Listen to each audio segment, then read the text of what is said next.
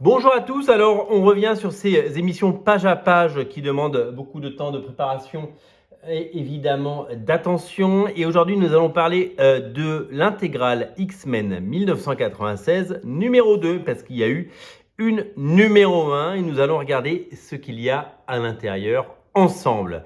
C'est scénarisé par Scott Lobdell, par Jeff Lobb, par Mark Waid avec les dessins notamment de Andy Kubert. Nous sommes en 1996, l'année du bac me concernant, et une année où j'achetais des comics en version originale. J'avais basculé, j'achetais déjà des comics en version originale. Voici tous les auteurs qui ont travaillé sur cette série: Scott Lobdell, Jeff Lobb, Mark Waid, John Ostrander, Terry Cavanagh, Andy Kubert, Ian Churchill, Pascal Ferry, Adam Podina, Steve Cross, Val Semeiks, j'ai jamais réussi à le dire, Steve Epting, Mike Miller, Nick Niazo, je ne sais pas qui c'est, et Frank Toscano. Dedans, on retrouve du câble, du Uncanny X-Men, voilà, et plein d'épisodes en relation avec ça, avec Onslaught. Donc, en gros, si vous prenez toutes les intégrales X-Men, eh bien, vous prendrez celle-là. Si vous prenez que certaines intégrales et que vous avez déjà l'omnibus Onslaught, pas besoin de faire de doublons. Mais forcément, ça reprend les épisodes X-Men, mais pas que, autour de Onslaught. Alors, on commence avec un X-Men Unlimited. X-Men Unlimited, c'était une série qui nous proposait des épisodes d'X-Men un petit peu... c'est comme si on avait un annual tous les mois ou tous les 2 mois en fait. Et donc, ils sont tous très différents, ça ne se suit pas, mais ça a un écho évidemment avec les épisodes qu'on peut avoir. La couverture, c'est Ian Churchill, elle date de 1995, comme vous pouvez le voir. Et donc, nous retrouvons un épisode dont j'ignorais tout, je n'avais jamais vu cet épisode avant. Et c'est là qu'il y a ces deux auteurs que je ne connais pas, Frank Toscano et Nick Niazo. On ne les a jamais revus. C'est scénarisé par Mark Waid, le taulier, le patron. Mark Waid, il est là depuis toujours. J'ai l'impression que Mark Waid était déjà là quand je suis né. J'ai l'impression, c'est un peu le Michel Drucker, avec le talent en plus, des comics, quoi. Il a toujours été là. Il est solide, il est costaud. À chaque époque, il a fait des comics fabuleux. Kingdom Comes. Vous savez que sa série Irredeemable, comment ça s'appelle en français, chez Delcourt, va être adaptée en série, et ça c'est super cool. Donc j'avais jamais vu cet épisode. Faut dire que j'achetais pas tout à l'époque. Bon, j'achète toujours pas tout, mais en version originale, je ne lisais pas tous les Unlimited. Je sais que le premier Unlimited, il était dessiné par Chris Bachalo, et ça c'est cool. Et j'en ai quand même pas mal parce qu'il y avait des très jolies couvertures après, notamment de Chris Bachalo, justement, qui est revenu faire des couvertures. Là, il y a 2 faux, comme vous pouvez le voir. Le dessin est pas fou. Le dessin est pas fou. C'est un épisode. C'est souvent ça le problème des Unlimited, c'est que c'était pas, c'est comme les annuals, quoi. Souvent, c'est pas les meilleurs auteurs qui sont dessus. Alors là, on arrive dans le cœur du réacteur. Voilà, après cette petite introduction, on arrive sur l'épisode X-Men, l'épisode double, dessiné par Andy Kubert. Alors, quand j'ai vu ces pages, je me suis dit, mais je n'ai jamais vu ces pages. Et en fait, je n'ai pas cet épisode en version originale. J'avais raté cet épisode. Le scénario est signé Scott Lobdell, le dessin est signé par Andy Kubert. L'ancrage, c'est Cam Smith, et on retrouve des poses iconiques, mais je n'ai pas cet épisode en version originale. Et puis je ne l'ai pas lu non plus à l'époque de Marvel France. Donc j'ai découvert ça, et puis quel plaisir de voir le talent génial de Andy Kubert. Alors évidemment, je l'ai dans l'omnibus, je l'ai ailleurs cet épisode, mais je ne l'avais pas en single. C'est ça que je veux dire, c'est qu'à l'époque, je ne l'avais pas ni lu ni acheté. Et quel plaisir de voir Andy Kubert Andy Kubert, c'est marrant parce que c'est un dessinateur. Moi, j'aime beaucoup Andy Kubert. Et puis aujourd'hui, il a une carrière qui parle pour lui. C'est vraiment un auteur très complet. C'est vraiment un auteur génial. Mais quand il est arrivé, qu'il a pris la suite de Jim Lee sur la série X-Men, il a vachement souffert de la comparaison. Et avec son style un peu anguleux, qui n'était pas aussi rond que celui de Jim Lee, et son style vraiment génial. Mais ce mec-là, il savait tout dessiner, évidemment. C'est le fils du très grand Joe Kubert, le frère de Adam Kubert. C'est vraiment une famille fabuleuse d'artistes absolument incroyables. Et donc, à l'époque, il était jeune, parce que c'était il y a 30 ans. Et enfin, quand on voit le boulot qu'il a fait, je veux dire, rentrer, mettre ses pieds dans les pantoufles de Jim Lee, il fallait le faire, quoi. Et il l'a fait avec brio et talent. Et aujourd'hui encore, on se rend compte de l'immensité de son travail. et surtout l'immensité de son talent. Voilà, donc à l'époque, c'était un épisode double. Je crois que c'est l'épisode 50 ou 45 des X-Men. Alors, c'était la grande particularité de cette époque-là. Chez Marvel en VO, ils mettaient X-Men, il y avait le mois, il y avait ce logo en 3D avec une 3D un peu douteuse, il y avait marqué X-Men Deluxe et le numéro, il apparaissait quasiment que sur la 4e de couverture. Donc c'était très très bizarre. Mais bon, il suffit de revenir derrière pour voir quels épisodes c'était. Donc on est sur les épisodes de X-Men, donc c'est le 50 et donc là c'est le 51.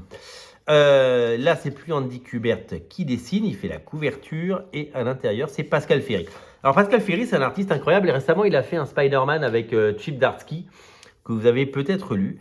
Alors, Pascal Ferry, au début des années 90, c'est en fait, ça fait partie de ces auteurs qui ont été lancés par Marvel beaucoup trop tôt dans l'arène et qui n'avaient pas.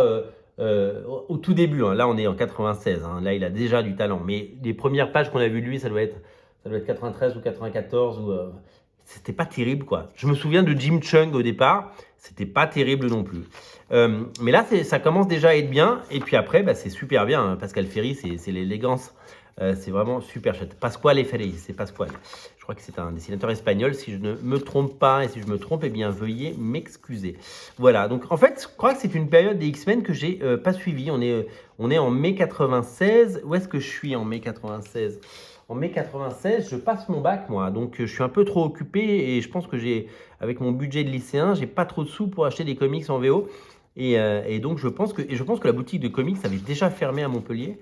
Et donc, du coup, je pense que c'est très compliqué d'avoir des comics en VO en région à l'époque. Ça, c'est Andy Kubert qui revient. Souvent, quand un artiste faisait genre l'épisode anniversaire numéro 50, c'était génial, l'artiste numéro 1, l'artiste star, et puis bah, il faisait pas le suivant, parce que le mec, il pouvait pas faire 40 pages, puis 24 pages le mois prochain, quoi. Et donc, il revenait pour le 52, et bah, il fait le 52. Ah, Malicia, moi je suis très amoureux de Malicia. Je trouve que la Malicia Rogue, en anglais, de Andy Kubert, elle est très très chouette. Donc tout ça, c'est des épisodes qui se passent avant Onslaught. Donc ceux-là, vous ne les trouverez pas dans l'omnibus Onslaught, ou d'ailleurs, je ne sais pas, honnêtement, il faudrait que j'aille vérifier. Après, après, ils ont changé, voilà, ils ont changé, ils ont arrêté. Je vous parlais de la présentation, ils ont fait encore une 3D dégueulasse sur le X, mais ils ont remis le numéro. Et donc là, on sait qu'on est sur Cable 32. Alors, Cable 32, la série Cable, avec une couverture de Rick Leonardi et des dessins de Monsieur Ian Churchill, un dessinateur qui a marqué évidemment toute une génération de lecteurs hein, sur Cable, évidemment. Il a travaillé bien entendu sur l'ère d'Apocalypse, il a travaillé évidemment sur Onslaught, il a travaillé sur des séries qui s'appelaient Coven, il a travaillé sur les Avengers de Heroes Reborn, hein, vous avez peut-être lu l'Omnibus. C'est un mec qui a travaillé partout. Alors c'est marrant parce qu'il a dit après dans des interviews, ce style qui, voilà, avec des gros muscles et des machins, on lui demandait de dessiner comme ça à l'époque. Et lui, il s'en foutait un peu à l'époque, il était pas fan de ce style de dessin. Lui, ce qu'il voulait, c'était dessiner un peu cartoony, etc. Et on verra plus tard dans la série qu'on a publiée, nous, avec Léna, il y a quelques années, qui s'appelait Marine Man, que vous avez peut-être lu, que dans Marine Man, c'est son vrai style de dessin, en fait. Il a un style cartoony, mais de temps en temps, on lui demande de dessiner comme d'autres personnes, parce que c'est la mode, voilà, tout simplement. Il l'a fait, parce qu'on le payait pour ça, donc il a dit OK. Uncanny X-Men 333, avec Pascal Ferry au dessin, Scott Lobdell au scénario. Et ça, c'est super chouette parce que c'est du très très bon Pascal Ferry. Alors j'adorais parce que Cannonball Rocket avait rejoint les X-Men. Et ça, c'était super chouette parce que moi qui étais un très grand fan des Nouveaux Mutants, qui ai grandi avec les Nouveaux Mutants, de voir Rocket passer chez les X-Men, c'était tellement un accomplissement. Je me dis, ça y est, il passe dans la cour des grands, dans les pages d'X-Force, souvenez-vous. C'était vachement bien ces épisodes. Je ne les ai pas en VO hein, du tout, mais ces épisodes de Pascal Ferry sont très chouettes. Alors là, du coup, pour avoir toute l'histoire, ils nous ont mis un épisode de X-Force numéro 55. X-Force, là, à la très très grande époque. Jeff Loeb au scénario. Alors Jeff Loeb, il a écrit des merveilles. Hein. Il a écrit, évidemment, vous le savez, Un long Halloween. Il a fait Amère Victoire pour Batman. Il a fait Daredevil jaune. Il a fait, bien entendu, Spider-Man Blue. Il a fait, évidemment, tous ces titres. Et avant ça, il avait travaillé sur les X-Men. Il était plus jeune, il a fait ses classes. Et ben, c'était vachement bien. Cette époque avec Adam Pollina au dessin, mais qu'est-ce que j'ai aimé, parce que Adam Pollina au dessin, ce dessinateur italien, il avait une énergie folle. Et puis, bah, ça dénotait. Alors moi, je suis très très fan de ce qu'a fait Rob Liefeld sur X-Force. Hein. Puis après, il y a eu Greg Capullo, Tony Daniel, tous ces artistes incroyables. Et d'un coup, ils appellent Adam Pollina avec son style un peu européen, un style un peu plus minimaliste. Et j'adorais le style incroyable de. Et puis alors. Sunspot, moi Solar, qui était mon préféré des Nouveaux Mutants, donc de X-Force, qui avait ses pouvoirs avaient évolué, il pouvait voler, il avait un costume super cool, absolument cool, coolissime. Ça, c'était génial, ça, vraiment Adam Pollina. Alors après, il y a un épisode de X-Men, toujours en 96, l'épisode numéro 15 de X-Man, la série X-Man, dessiné par le fabuleux Steve Cross qui fait partie de ces dessinateurs qui ont écrit l'histoire. Donc Steve Cross, c'est le storyboarder des films Matrix. C'est le mec qui a fait la série Doc Frankenstein qui vient de ressortir chez Huggin et Mumin.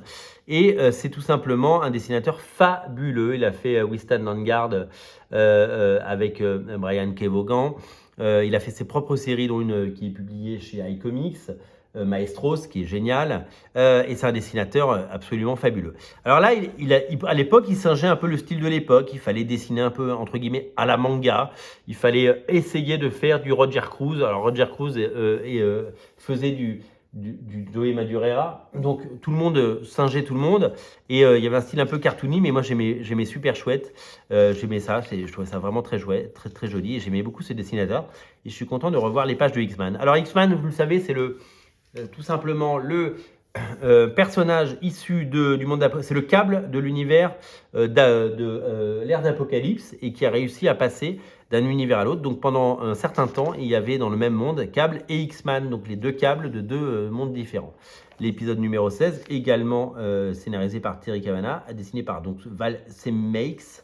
Je n'ai jamais réussi à dire ce nom. Là, le dessin est beaucoup plus classique. Val Semeiks, c'est un dessinateur qui ne faisait que des fill-in. Et c'est pas, voilà, son nom ne restera pas dans la postérité, désolé. Peut-être que je ne veux pas insulter lui et sa famille, mais c'est vrai que c'est... Voilà. Là, on arrive sur l'épisode 17. Steve Cross revient au dessin. C'est vraiment super chouette. En fait, ces mecs-là, ok, donc ils sortent 22 pages par mois, hein, c'est quand même beaucoup de travail, mais quand on regarde, c'est surtout des personnages, des couleurs, il y a très très peu de décors, donc voilà, donc il faut pouvoir les sortir, hein, parce qu'il faut sortir 22 pages de qualité tous les mois, mais voilà, et puis ils sont aidés, il y a des encreurs et tout ça quand même, donc non, c'est assez chouette graphiquement de voir le travail. On revient sur les X-Men, on est à l'épisode 53, le retour de... Ah bah là, voilà Onslaught enfin. Donc Mark Waid au scénario sur la série X-Men. Donc la série X-Men, c'est la série lancée par Jim Lee. Hein. On est sur la même série lancée par Jim Lee. Mark Waid au scénario, Andy Kubert au dessin avec un John Dell qui l'assiste. Onslaught commence à faire son apparition. Jean Grey, le fauve bien entendu. Regardez sa Jean Grey, elle est super chouette.